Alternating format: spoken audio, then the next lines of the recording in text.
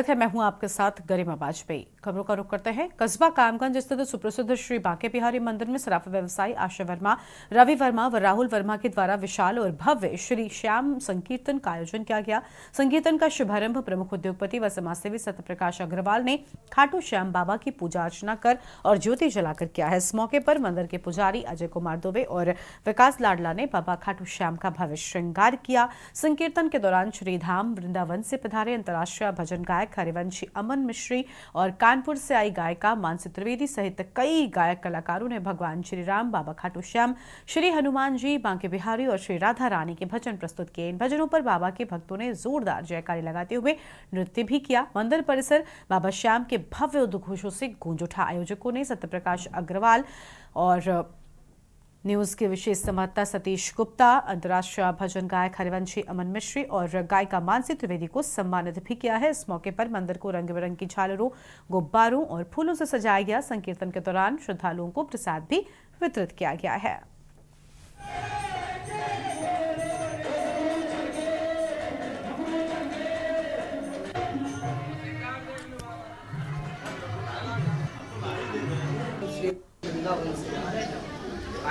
पावन बढ़ाना हुआ, सभी भक्तों के बीच आना हुआ और आज का संकीर्तन बहुत ही आनंदमय हुआ। ये सब जानते हैं, आश्री जी की खूब कृपा बरसी है इन सब भाइयों। ये सनातन धर्मियों को क्या संदेश देना चाह रहे हैं? ये सनातन धर्मियों को एक ही संदेश है कि धर्म से चलें, व्यभिचार ना करें और ये जो मांस, मदिरा इत्यादि ये सेवन करते हैं, जो धर्म विरुद्ध आचरण करते हैं, आजकल सभी अधिकतर संख्याओं में मिल रहे हैं। लेकिन अगर ऐसा ही चलता रहा तो सनातन ना सनातन रहेगा, ना सनातन धर्म रहेगा, क्योंकि दिन प्रतिदिन व्यवस्था और दिन बिगड़ते जा रहे हैं। सुधरने का नाम नहीं है, बिगड़ते ही जा रहे हैं। इसलिए हम तो बहुत सौभाग्यशाली मानते हैं कि आज भी लोग जागरूक हैं। राधा नाम, श्याम नाम, ये धर्म के कीर्तन रहते हैं। इससे बहुत लाभ मिलता है सनातन धर्म, क्योंकि जब जगह जगह हरि नाम होगा, जगह राधा नाम होगा, हम सब जागरूक होंगे कि हमारा सनातन क्या है, हमारा धर्म क्या है, हमारे राम कौन है, हमारे श्याम कौन है, तभी सनातन धर्म की रक्षा कर पाएंगे, अन्यथा रक्षा करना असंभव है।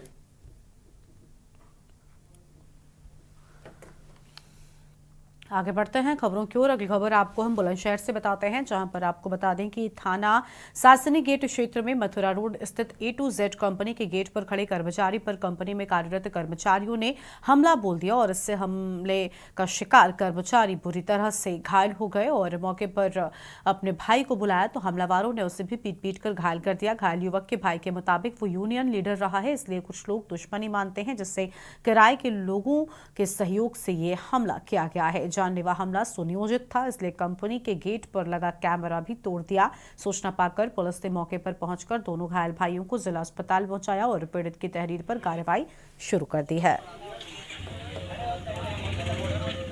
मैं अपने घर पर अपने बच्चों में संडे की छुट्टी में घर पर बैठा था। अचानक से मेरा भाई खत्म करके आया और अचानक से कॉल आया इसका कि मुझे 15-20 लोग मार रहे हैं, जल्दी से। और मैं जैसे ही पहुंचा वहां पर भाई को मार रहे थे और मेरे ऊपर भी हमला किया है। 4 फायर किए हैं और डंडा मारा मेरे सर में, मेरा सर फट गया है और बाकी कैमरा वगैरह जो भी है हमारे प्लांट के सारे तोड़ दिए गए हैं। मतलब गोली चला के कह रहे थे जान से मार देंगे। और आज से कुछ 2-4 दिन पहले मुझे कुछ खबर आई थी कि मेरे फोटो दिए गए हैं, मुझे जान से मारने के लिए पैसे भी दिए गए हैं, मेरी सुपारी के लिए बोला था। अच्छा, कौन लोग हैं ये? कहाँ की घटना है? हमारे स्टाफ के लोग हैं और कुछ अज्ञात में इनके संग कुछ बदमाश भी मिले हुए हैं और ये सट्टे जुए का भी काम करते हैं।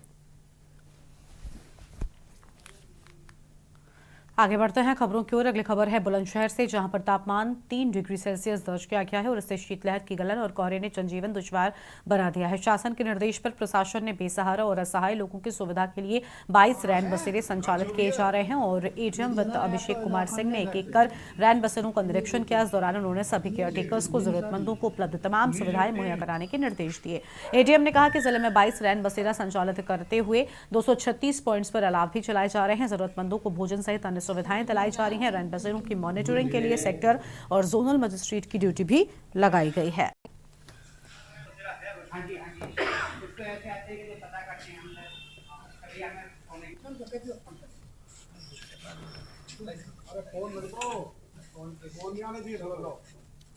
बताना रोड की पकड़ी साइड पानी की चाय की दुकान है जो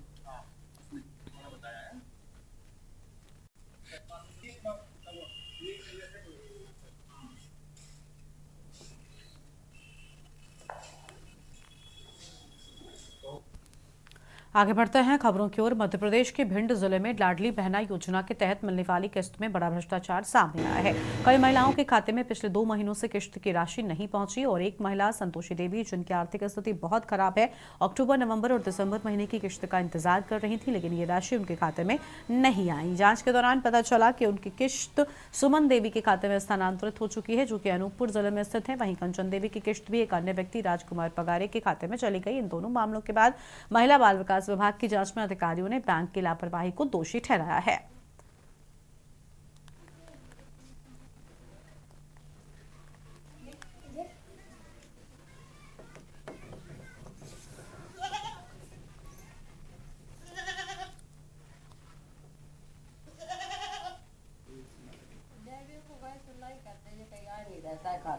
कहाँ गई दूसरे थी? खाते में जा रहा है। कहाँ पर गई थी? सुशीला ना आया जान, सुशीला ताके खाते में जा रहा है। तुम्हारे पास पैसा आए नहीं आया, कितने महीने से नहीं आ रहा है? 2 महीना से नहीं आया, जो 30 में जा रहा थी। अच्छा, हाँ तो इसकी शिकायत आपने कहीं की है क्या? हाँ, फिर गए थे बैंकों में, गए लेते तो गए तो नहीं कर दे कि तुम्हारे नहीं पैसा आ रहा, दूसरे खाते में जा रहा है। तो अधिकारियों से बात करी आपने? और भी भिंड में हम जाना तो रहने भाई, ऐसे तुमसे कैसे आते थे, तुमसे बात है भाई। तो अच्छा, पैसा स्टार्ट हुआ अभी आना? पैसा स्टार्ट हुआ आना? नहीं आ रहे हैं सर। शिकायत की? हमने महिला बाल विकास में शिकायत की है। कब की थी शिकायत? हमने 20 नवंबर को की थी आके यहाँ शिकायत। कितने महीने के पैसे नहीं आए? 2 महीने के पैसे नहीं आए, नवंबर और दिसंबर के। उसके बाद फिर आपने शिकायत की थी और आप कहाँ गई थे? बैंक गए थे हम, अपनी बैंक शाखा पाडरी पड़ती है, वहाँ भी हमने जाकर पूछा तो उन्होंने बताया कि आपका पैसा किसी और खाते में जा रहा है। मुख्यमंत्री लाडली बहना योजना के अंतर्गत जो महिलाओं की राशि दूसरे व्यक्तियों के खाते में ट्रांसफर होने की बात आ रही है, उसमें विभाग में महिला बाल विकास, जिला कार्यालय या परियोजना कार्यालय से कोई भी त्रुटि नहीं की गई है। उसमें जो भी त्रुटि हुई है वो बैंक से हुई है।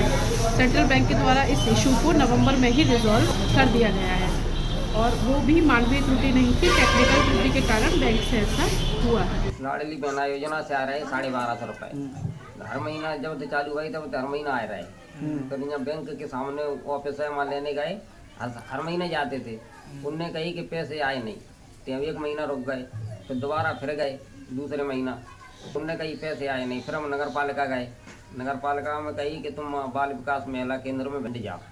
फिर वहाँ भिंड गए, भिंड से भिंड ने कही 3री मंजिल पर जाओ। 3री मंजिल पर ऑफिस ही वहाँ गए, उनने बोला कि आप नीचे जाओ, बाबूजी हैं उनसे पूछना। तो बाबूजी बैठे थे गेट के अंदर, तो उनने कही कि आपके खाते दूसरे खाते में जा रहे, देखे वहाँ फोन में।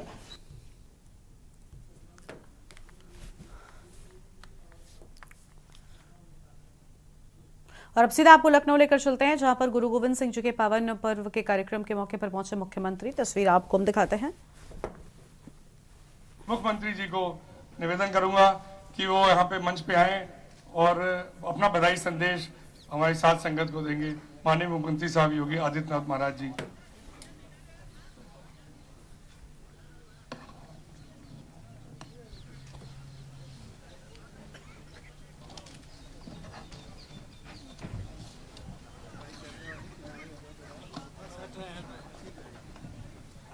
बोले सो निहाल।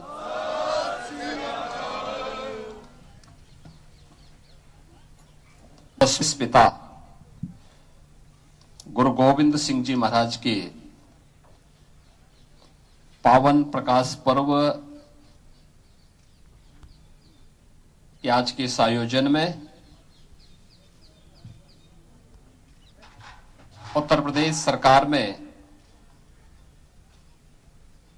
मंत्रिमंडल के मेरे वरिष्ठ सहयोगी उप मुख्यमंत्री श्री ब्रजेश पाठक जी, मंत्रिमंडल के मेरे सहयोगी श्री बलदेव सिंह ओलख जी, प्रदेश अल्पसंख्यक आयोग के सदस्य सरदार परविंदर सिंह जी, प्रधान यायागंज गुरुद्वारा साहिब डॉक्टर गुरमीत सिंह जी, प्रधान गुरुद्वारा नाका हिंडोला डॉक्टर अमरजीत सिंह जी, प्रधान गुरुद्वारा प्रबंध कमेटी लखनऊ सरदार राजेंद्र सिंह बग्गा जी, डॉक्टर हरजोत सिंह जी,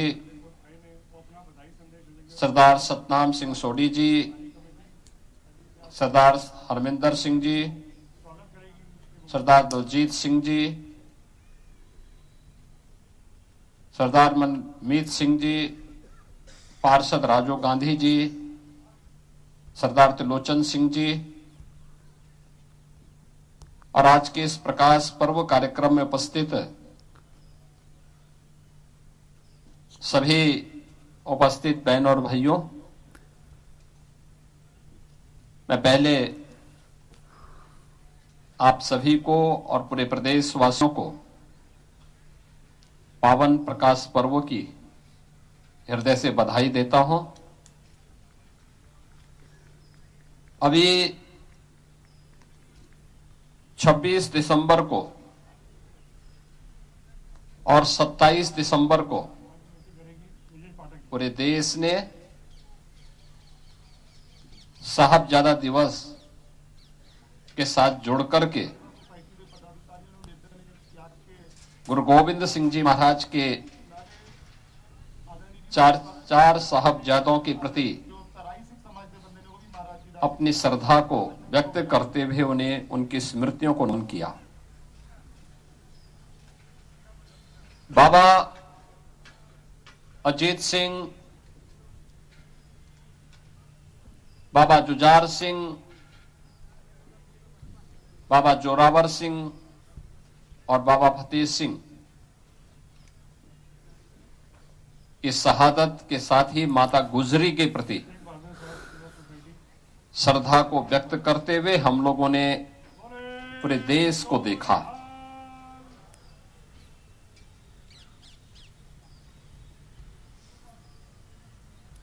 ये ठीक ही कहा गया है कि गुरु गोविंद सिंह जी महाराज एक शहीद पिता के पुत्र हैं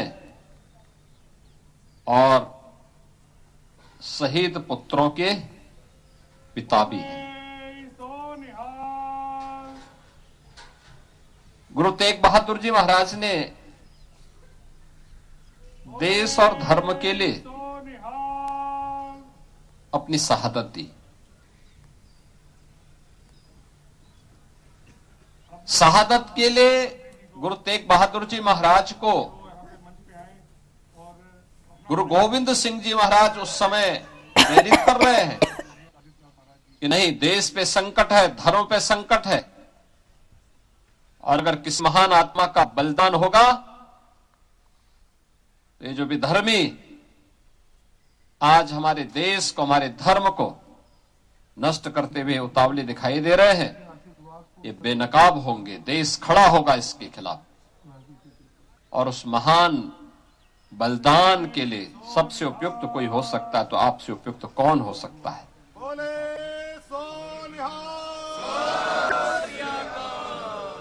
और इसीलिए कहा गया है गुरु तेग बहादुर जी महाराज अपना शीश दिया, लेकिन भारत के शीश को बचा दिया। कश्मीर बच गया। कश्मीर भारत का हिस्सा है, आज भी है।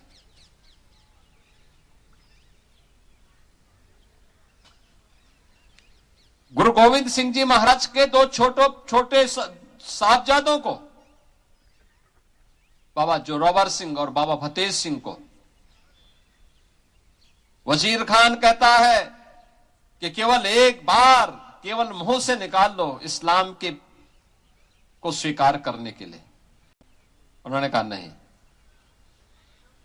ये नहीं हो सकता, और उन्हें जीवित ही दीवारों में चिन दिया गया। चमकौर के युद्ध में दोनों बड़े साहबजादा बाबा जीत सिंह और बाबा जुझार सिंह शहादत को प्राप्त होते हैं। इस सुख में माता गुजरी देवी ने अपना स्वयं का प्राणोत्सर्ग किया। क्या स्थितियां रही होंगी और उन विपरीत परिस्थितियों से आगे बढ़ते हुए गुरु गोविंद सिंह जी महाराज ने इतना सब कुछ खोने के बावजूद भी एक ही बात कही थी कि 4 मुए तो क्या हुआ, जीवित कही 1000। यह मंत्र आज भी पूरे भारत के लिए एक नई प्रेरणा है, एक नई प्रेरणा है। बचपन में भी हम सुना करते थे गुरु गोविंद सिंह जी महाराज के बारे में, 1.25 लाख से एक लड़ाऊं तो गोविंद सिंह नाम कहाऊं। क्या प्रेरणा थी? देश के लिए थी, धर्म के लिए थी, और उसी गुरु परंपरा के प्रति श्रद्धा का यह भाव हम सबको सदैव एक नया जीवन देता है, एक नई प्रेरणा प्रदान करता है,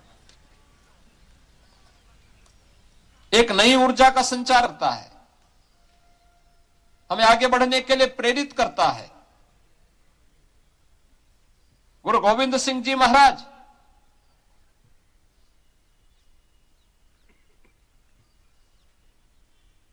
खालसा पंथ की स्थापना जाति भेद को, छुआछूत की भावना को सर्वथा समाप्त करने के उद्देश्य से उन्होंने की थी। इस देश और धर्म को बचाने के लिए की थी। सकल जगत में खालसा पंथ गाजे, जगे धर्म हिंदू सकल भंड भाजे का उद्घोष करके उस समय की विधर्मी ताकतों को उन्होंने